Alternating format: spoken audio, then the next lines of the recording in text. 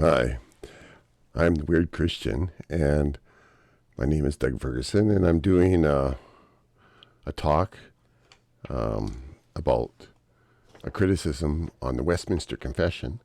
But before I got to do the criticism, I have to cover some topics that are very applicable to the Westminster Confession, and a few things too, because there's not very many people that have really done a criticism in the Westminster Confession. So I had a talk on the reason for doing this criticism.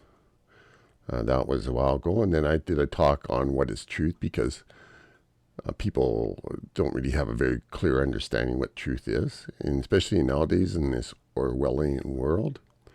Then I did a talk on the gospel, which is not, it has the special understanding of atonement, not not the legalese that currently is taught in theological schools, but it is legal and it's the biblical understanding, but it is different than the understanding currently, Augustine understanding that is currently taught.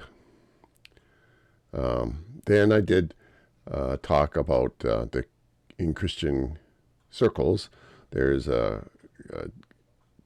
conflicting concepts on authority and law. I talked about that,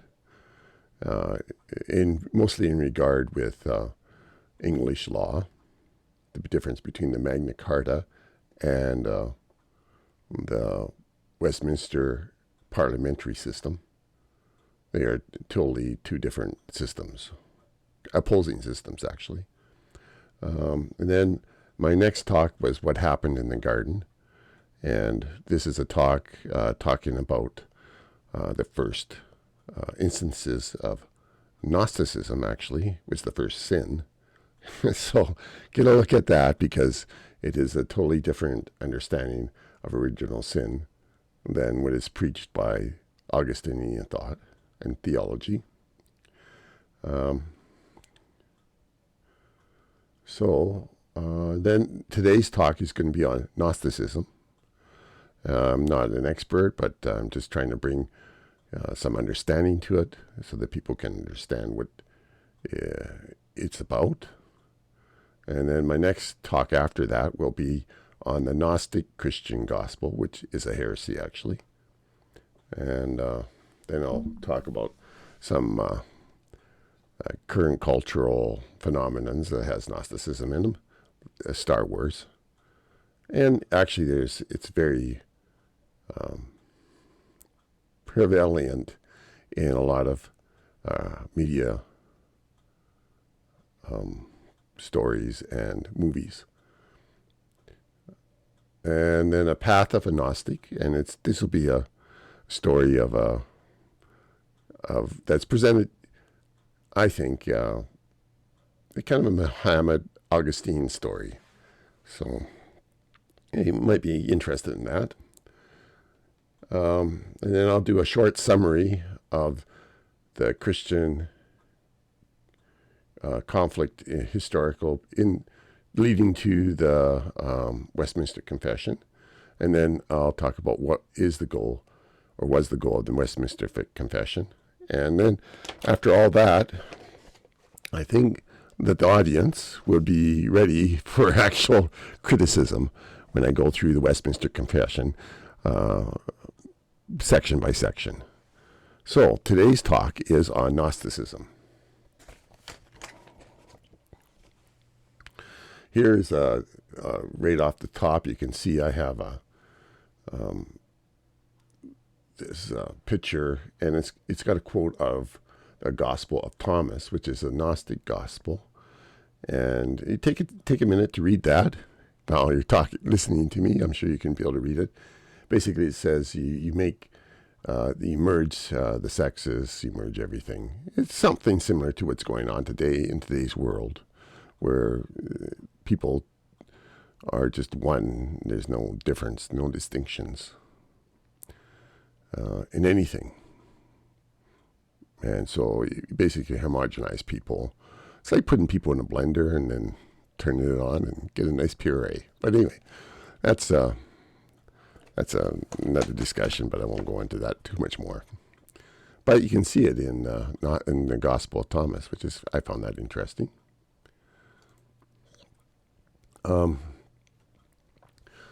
Gnosticism is a fascinating and enigmatic movement that inspires and challenges people worldwide.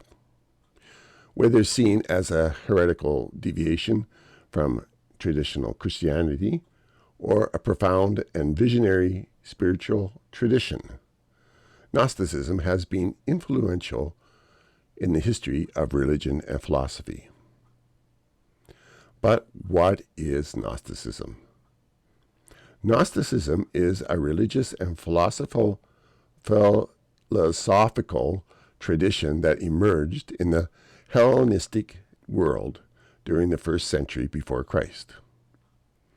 The Gnostic religious philosophy discussed in academia comes from the writings of Irenaeus, a Christian who lived in the 2nd century BC or AD, and Gnostic texts such as the Gospel of Thomas, which is shown there, a collection of sayings attributed to Jesus discovered in Egypt in 1945, and other important Gnostic scriptures include the Gospel of Mary, the Apocryphon of John, and the Pistis Sophia. Gnosticism is a symbiotic synthesis created in the religious market, influenced by a wide range of religious and philosophical traditions, including Judaism, Christianity, and the mystery cults of the ancient world. At its core, Gnosticism is based on the belief that there is a secret knowledge, or gnosis, that can lead to salvation and spiritual enlightenment. This enlightened Gnostic knowledge comes from direct experience with the divine rather than through traditional religious teachings or scriptures. Because Gnostics lived in the influential Hellenistic culture, they created a complex pantheon of gods with a confused hierarchy. Okay. I'm just going to check here. I think I've got them here. There we go. We got a bunch of gods there. And this is, you've seen Avengers. Basically, most of the characters you would consider gods of a type. And so I'm using that.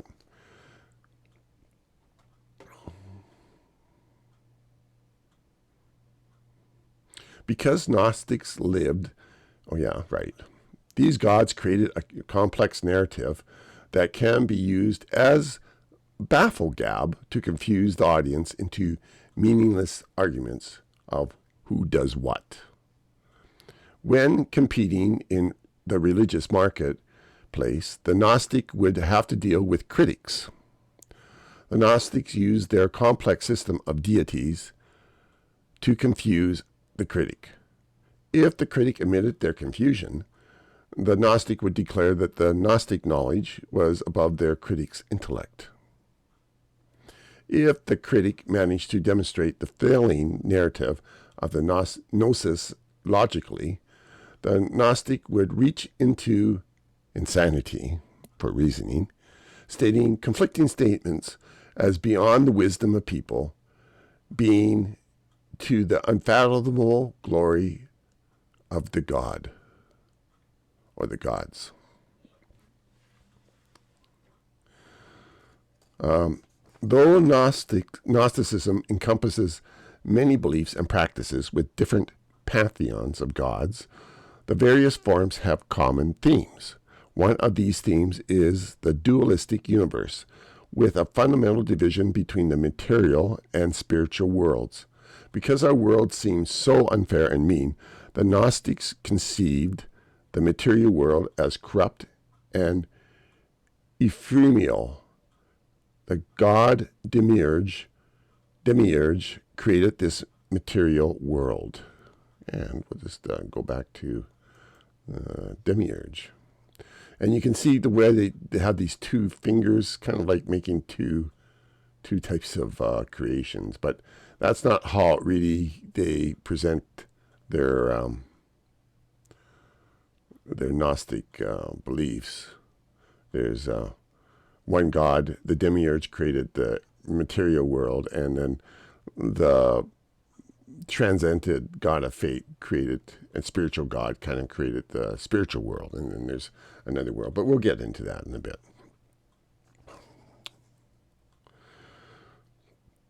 The Gnostic Demiurge is like a materialistic machine, unaware of the spiritual world's existence. But the Demiurge, in creating the universe, trapped the divine spirits in the material world. These trapped divine spirits can be liberated from the materialistic universe by finding spiritual knowledge or Gnostic wisdom, achieved through direct divine experience. Let's see what we have here. Okay.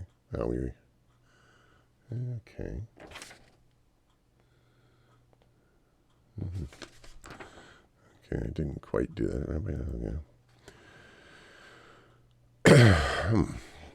Gnostics are enlightened while they considered the Demiurge to be a malevolent, blind, ignorant force. Therefore, they wage war against the god Demiurge, who created this material world. The Gnostics desire another world that reigns with their knowledge, an eternal spiritual world of their fantasy that transcends this painful reality. It's kind of like communist utopia. Anyway, socially, the Gnostics were thoroughly mixed within Christian circles. They appended their mythology into Scripture to justify their pantheon, projecting their concepts onto scriptural passages. And they created their scriptures to promote their speculations, like the Gospel of Thomas and the Gospel of Mary and different ones like that. Okay. Using a pantheon of heavenly beings, blame and shame were diverted from the Gnostic into the bureaucracy of heaven. In this manner, the discussion of fundamental issues of life was avoided. In weaving complex narratives, they weaseled out of being pinned down and stating something that could be tested. Gnostics, competing with Judaism and Christianity, split Yahweh into gods with different character traits. There is the Father God, who is the ultimate god of fate, and out of him bursts Sophia, the god of wisdom, who creates the Demiurge, the god who creates the material world.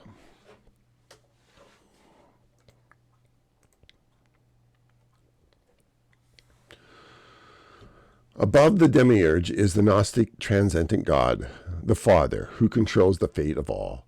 This God is unknowable, though this God balances evil and good in Taoism.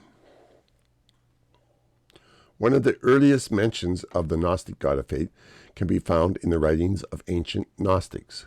They believed that the god of fate was responsible for guiding the destiny of all beings, from the lowest insect to the mightiest king. This view was based on the idea that everything in the universe was interconnected, and that the actions of one being could have a profound impact on the fate of others. For a while, chaos theory promoted this wild concept of interconnection to the degree that a butterfly on one side of the earth could create a windstorm on the other. This interconnection theory has played a role in many illogical, unscientific conspiracies, but it also has developed some, they use fractal theory to make fractal art. I don't really know if that's, but it shows how just one little pattern, and you multiply it, and you can create. It's a pattern, but it just multiplies on itself, and you can create this art. And actually, there are, in a sense, fractal patterns in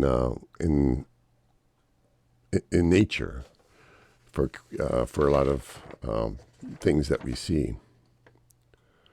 So it's quite interesting. It's not something to be totally thrown out, but there is a point of to understand how things are interconnected, and to not go crazy like a butterfly making a windstorm in another part of the earth, or maybe some project, scientific project, doing some electricity, doing earthquakes in Japan, that kind of thing. It's just it's from the same philosophy, but it's not based on any kind of science. It's just based on speculation, unfounded speculation, I would say. But anyway, that's probably making people not like me. And so here we go. Okay. For the Gnostics, the god of fate is often depicted as a blindfolded figure, symbolizing the impartiality and objectivity of the divine will.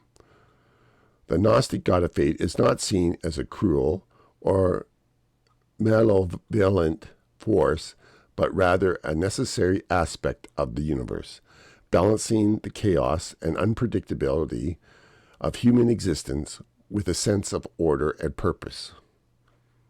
In some Gnostic traditions, the god of fate guides the individual through life's challenges and obstacles towards their true destiny. And sometimes that destiny is not always nice, because they predestine everything. But anyway, I won't go into that. When we talk about Calvinism, we can get into that. However, other Gnostic texts depict this god as a more enigmatic and distant figure whose intentions and motivations are impossible for humans to comprehend. These gods do not desire personal relationships with people. Their conceivers give them their programmed tasks, the Gnostics being their conceivers. When questioned robustly, the Gnostic states that the god of fate's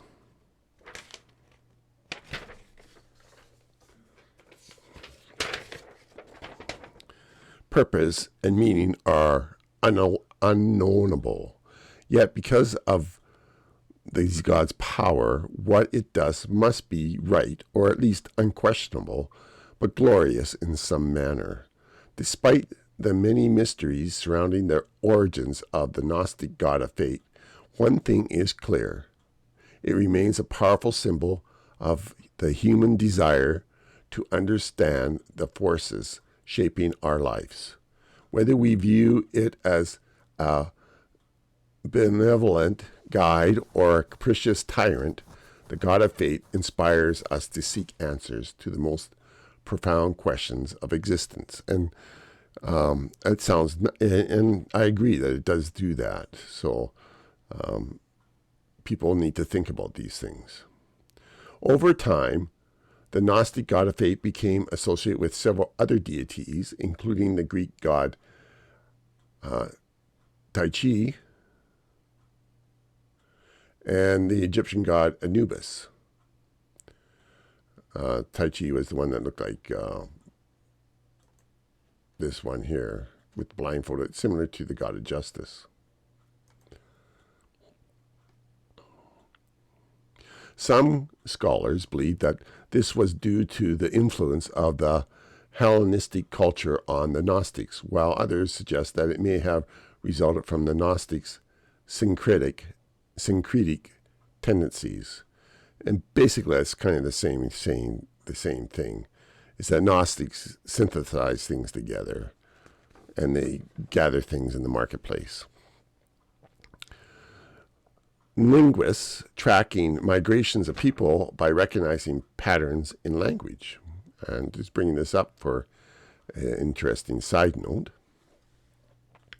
Patterns and familiarities in religions and philosophies can also be used to categorize family trees in religious and philosophical thought, to track their migration through time, cultures, and places. Studying Far Eastern and Gnostic religions can be demonstrated to classify Gnostic philosophy into the Far East family of thought. Jason Budun and others have done extensive studies attempting to develop a chart showing the flow of religious thought. I'm not stating I agree with Jason's conclusions or others. I'm only stating that this can be a helpful study in understanding religions. They're not all the same, and they migrate in thought and practices just similar to languages. In fact, language is a way of gauging the thought of a culture.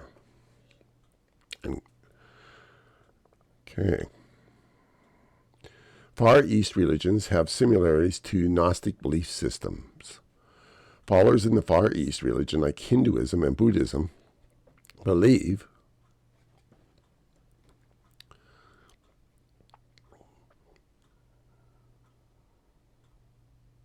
that the material universe should be dismissed as an illusion. They are, in their way, warring against reality. And here, these are statues, I think, in Afghan. Oh, come on. Come on. What are you doing? What are you doing? It went to the end. Why is it doing that?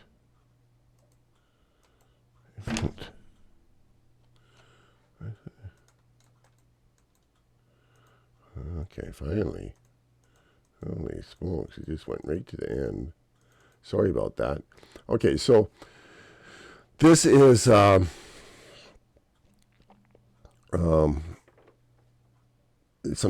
Buddhist statues that were in Afghanistan, and they were damaged by when the Muslims went through and considered that their religion was heresy, so they destroyed the statues.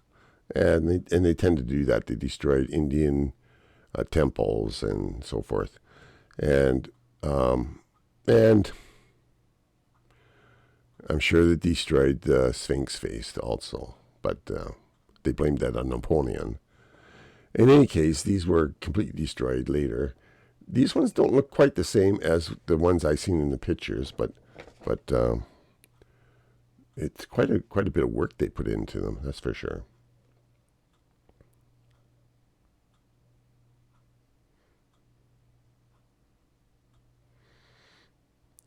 Gnostics do the same. They war against reality. For Gnostics, the material universe is dismissed as evil. Far East and Gnostic believers attempt to learn the secret knowledge that transcends this universe they cannot control. Observing the evil and good in the world, they believe that there is a governing force that seeks to keep a balance, a Tao. Both religious groups seek to supersede the material reality.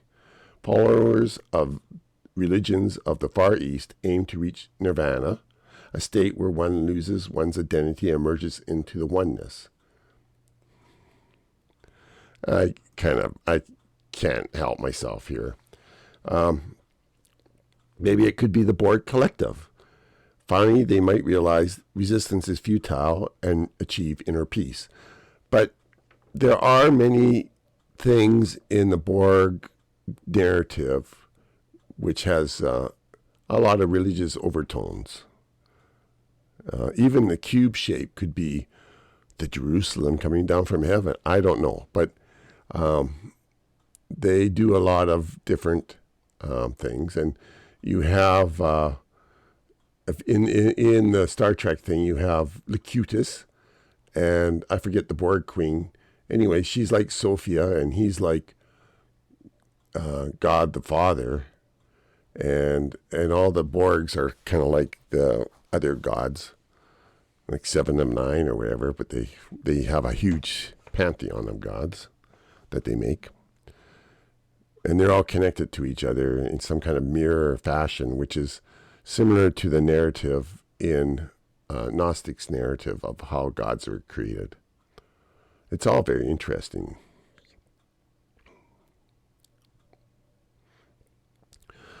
Why should we be so concerned about all this anyway? The atheist considers all religions the same, which is very simplistic, and I think it's kind of infantile thinking, but anyway, that's what they do.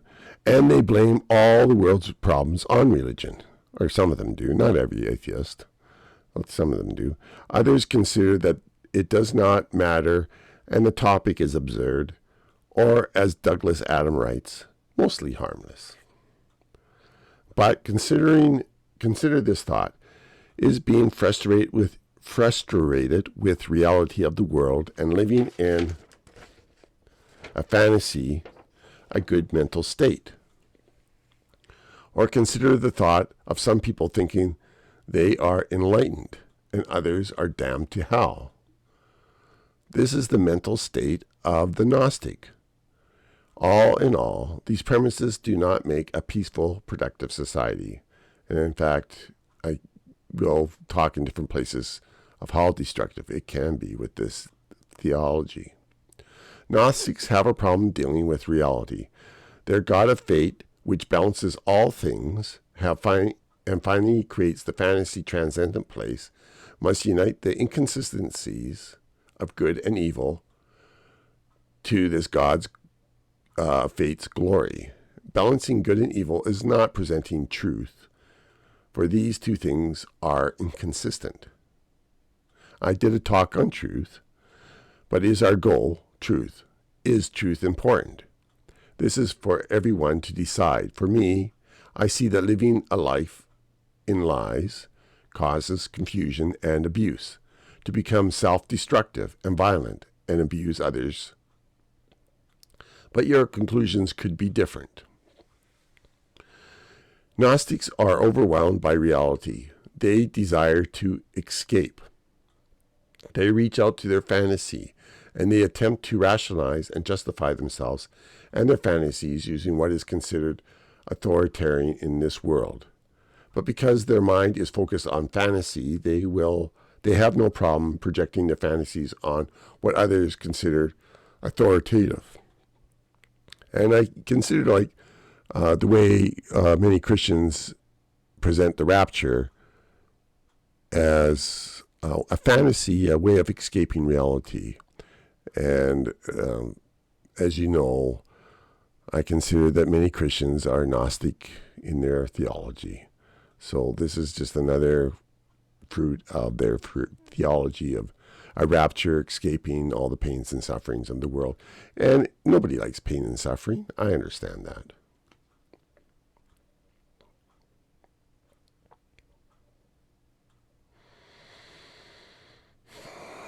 Gnostics use philosophy and religious texts that have prestige in society to prop up their belief. If Christian script has validity in society, they will find proof texts within these scripts to give their ideologies authority. If science is held in high regard, then Gnostics will claim science supports its ideology. And this is not just for Gnostics, but many Gnostics do that, and I consider Hindus Gnostics. They pretend that their beliefs are strengthened with science.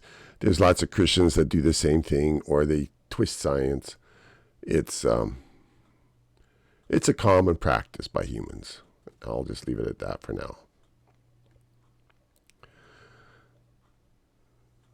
To present the authority of Gnostic teaching, the Gnostic will first take the time to denigrate opposing groups as evil, deceived, uninformed, and not enlightened.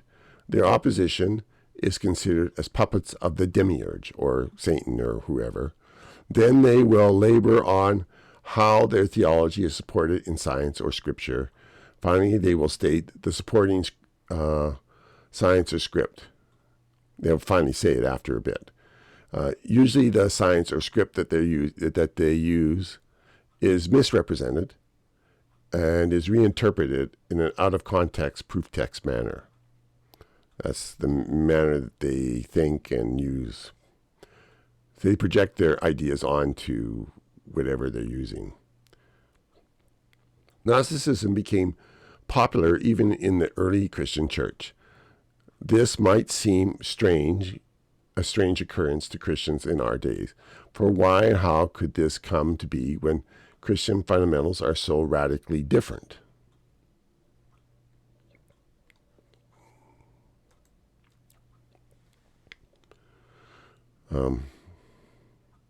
Gnosticism was condemned as heretical by Christian leaders such as Irenaeus and Irenaeus. He wrote a book against heresies, and it's a good book. It's interesting, some of the little titles in it. Most of them are quite good for helping you read it with in an easy manner. But it's not hard reading. But some of the titles are confusing because the person has problems understanding Irenaeus' theology, though it is very close to apostles' theology. In fact, I would say it's like exactly. But in our current theological schools, we're too entrenched in our Gnostic teachings to understand that. Anyway, so they kind of confused, but they still translate it quite well. So it was kind of interesting reading it. Just making a comment about it.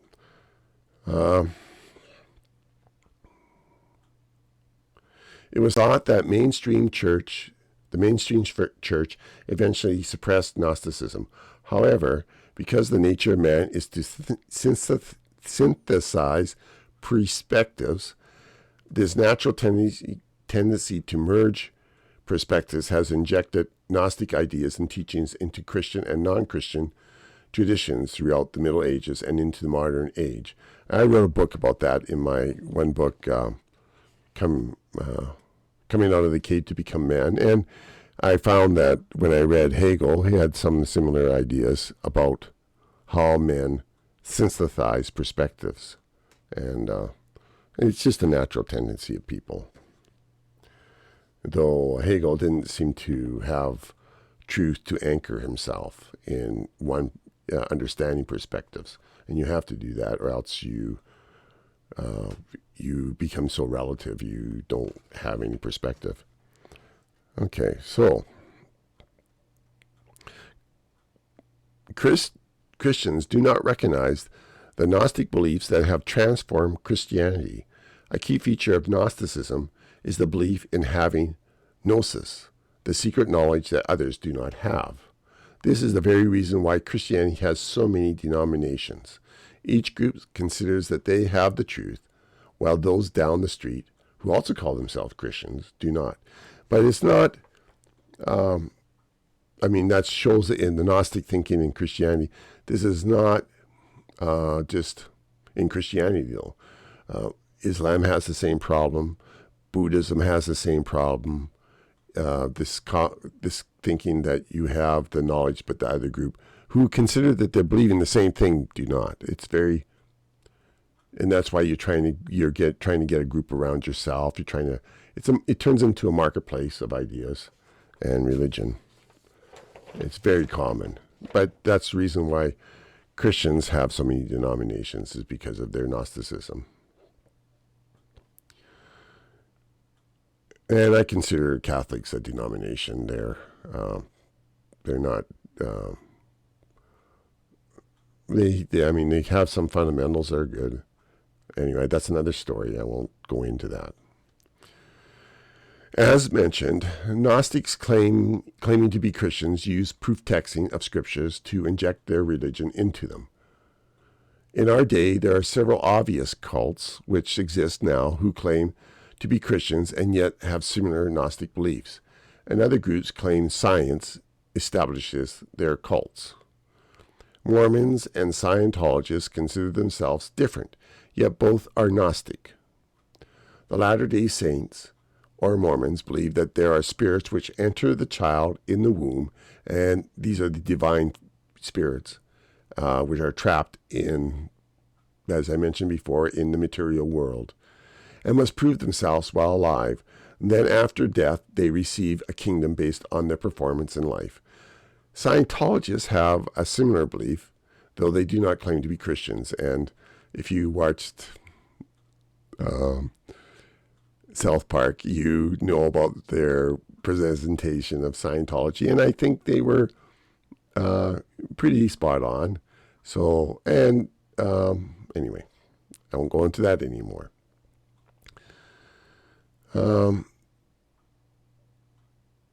These two examples received their Gnostic hidden knowledge, one from angels giving special manuscripts to Joseph Smith.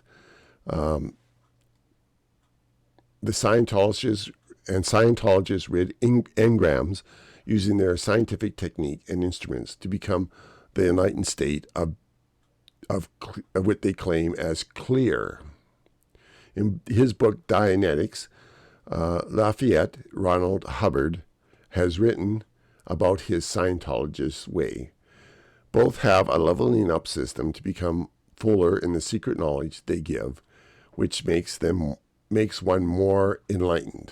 Here's a group of Scientologists christening one of their churches, so there's quite a large group.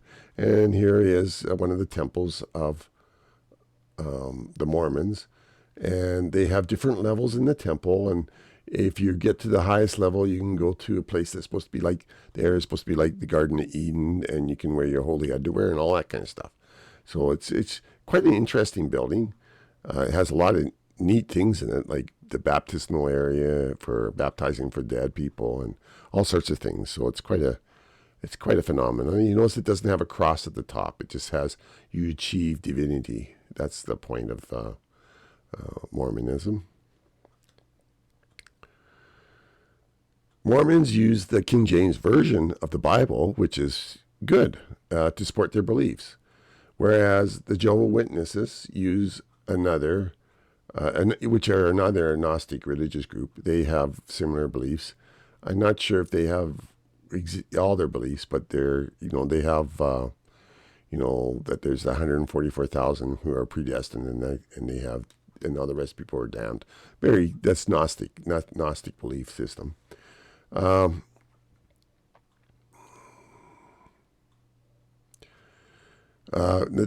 Jehovah's Witnesses, they created their own version of the Bible.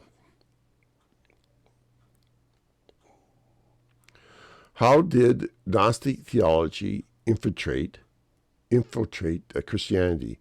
It can be recognized that Gnostic beliefs have been around for a long time. I concluded in my talk on what happened in the garden that according to Genesis, the Gnostic belief system was the original sin Adam committed,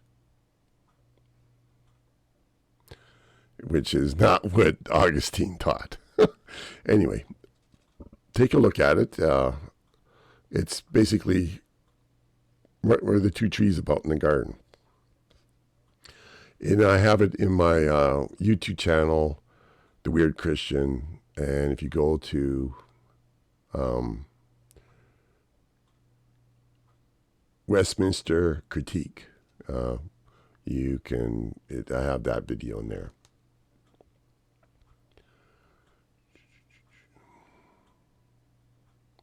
Jesus recognized attacks Gnostics were to make by preaching another gospel, stating, many would come saying they are the Christ, and the Christ would have the hidden gnosis message.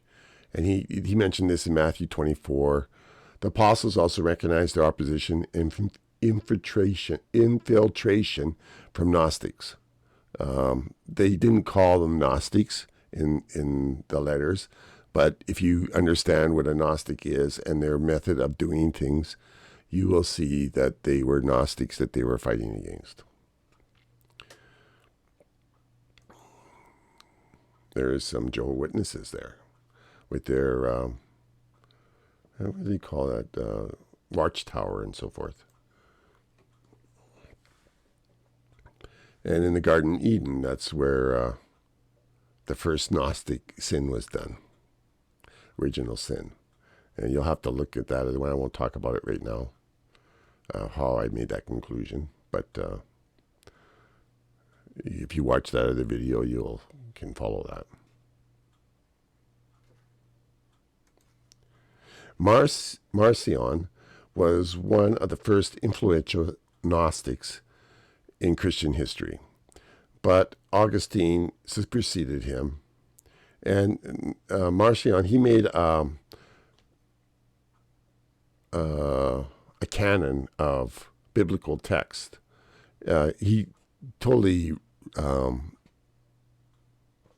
wrote off all the Old Testament because that was the God, the demiurge God that created that.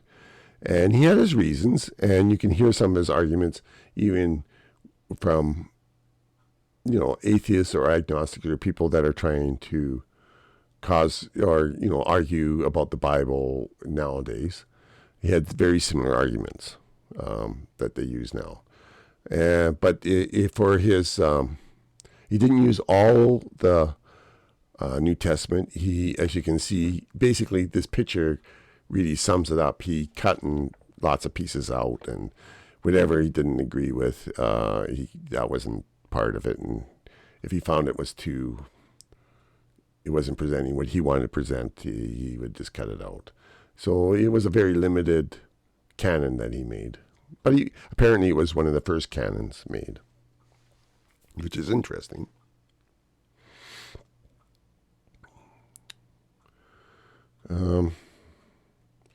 But Augustine superseded Marcion in bringing Gnosticism into Christian theology. In our day, Christian theologians do not recognize Augustine's Gnostic beliefs. They don't recognize them as Gnostic beliefs. They adopted many of his understandings into Christian theology. But there are theologians and people who studied, like Ken Wilson here. This is a picture of Ken Wilson, who wrote a book, The Foundation of Augustine Calvinism, which presents some of the Gnostic ideas, though he doesn't necessarily talk about Gnosticism in there. I can't remember if he does or not. I did read it. It was a little while ago. But he mostly deals with the destined idea in Augustinian and Calvinism, and which I believe is the God of fate.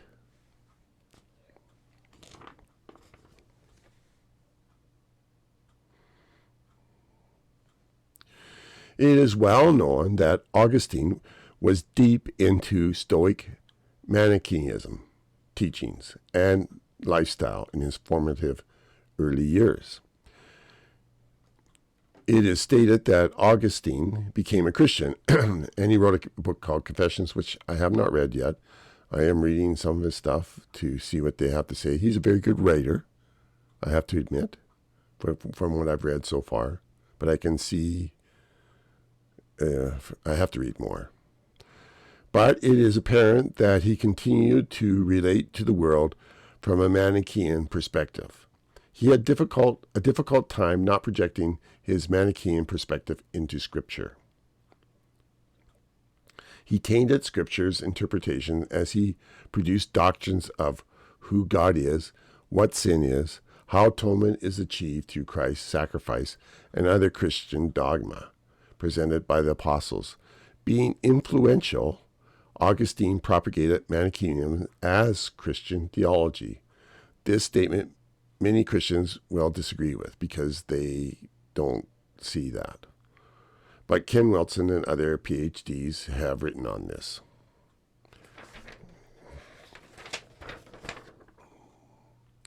Augustine infused the Gnostic belief system called Manichaeism into Christianity. Therefore, we need to look at this belief.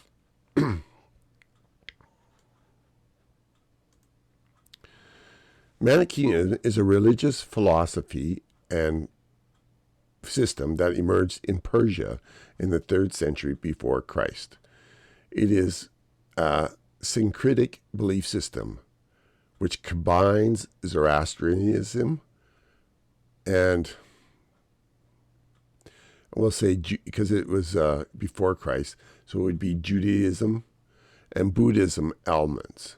The founder of Manichaeism was a Persian prophet named Mani, who claimed to have received divine revelations from a figure he called the Living Spirit. Now, after Mani died, people like Augustine introduced Christian concepts into Manichaean into Christian concepts, or whatever, kind of mixed it all up. And really,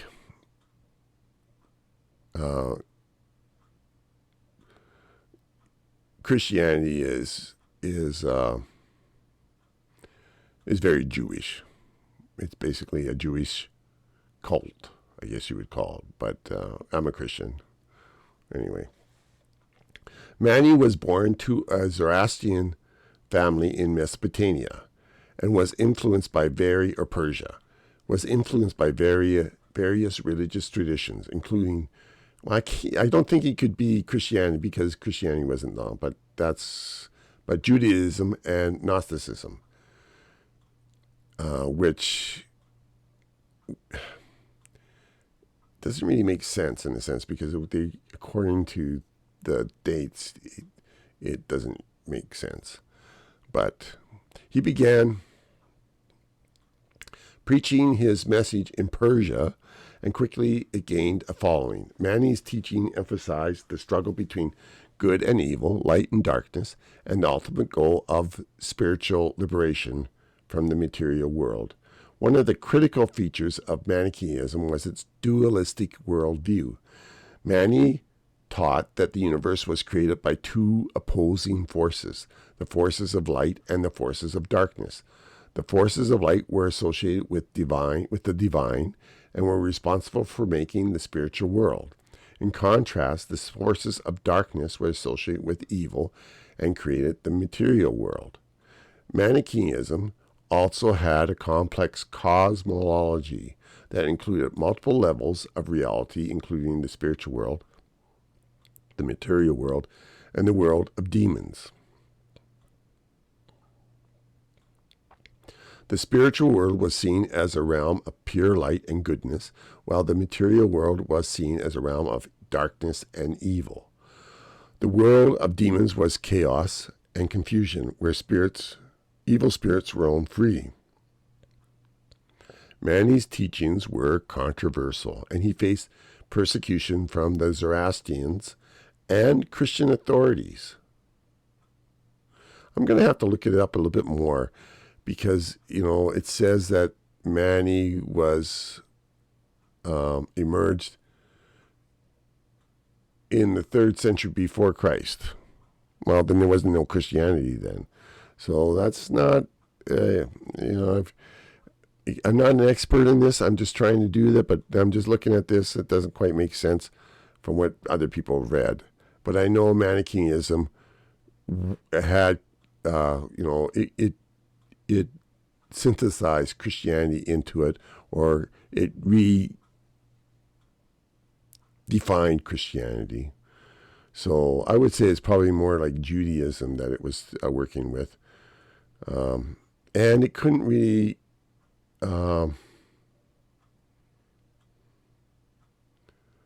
Zoroastrian was around, but Christianity was not around when Mani lived, apparently. So it'd be hard for him to do that. But later on, from the teachings of Manichaeism, the Christians' authority and the Zoroastrians did attack it. Though, in the 4th century after Christ, the religion gained a powerful patron in the form of the Sasanian Emperor Shapur I, who saw in Manichaeism a way to unite his diverse empire under a single religion. However, Manichaeism faced increased hostility from Christian authorities who viewed it as a dangerous heresy. In the 5th century, this religion was banned in the Roman Empire, and many of its followers were persecuted and executed. Despite its persecution, Manichaeism survived in various forms throughout the Middle Ages. Its influence can be seen in the teachings of various Christian and Islamic mystics. And the development of the, here's the Zoroastrian picture. It's quite an interesting religion. Here's the Catholics expulsion of the Cathars and make it look very brutal. I suppose it was. And Bogomil heresies in medieval. So Bogomil, this is the area where the Bogomil group first started, and they had a fair big following too, a Gnostic following in the Middle Ages, in the medieval Europe, where the Cathars were in France. Bogomil was more in the eastern part of Euro-Asia area.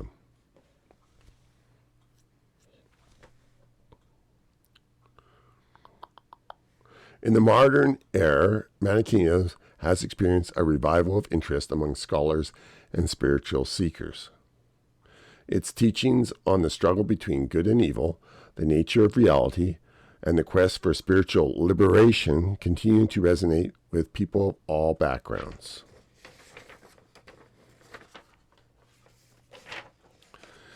In conclusion, Manichaeism was a unique and complex religious and philosophical system that emerged in Persia in the 3rd century. 3rd century Common Era. So it wasn't before. It was 3rd century Common Era. Its teachings on dualism and cosmology and spiritual liberation have had a lasting influence on the development of religious and philosophical thought throughout history. My bad. It wasn't BC, it was CE, or Common Era, or AD. Despite its persecution and eventual decline, so Mani lived in the 3rd century after Christ. Despite its persecution and eventual decline, Manichaeism was insidiously and erroneously incorporated into Christian teachings.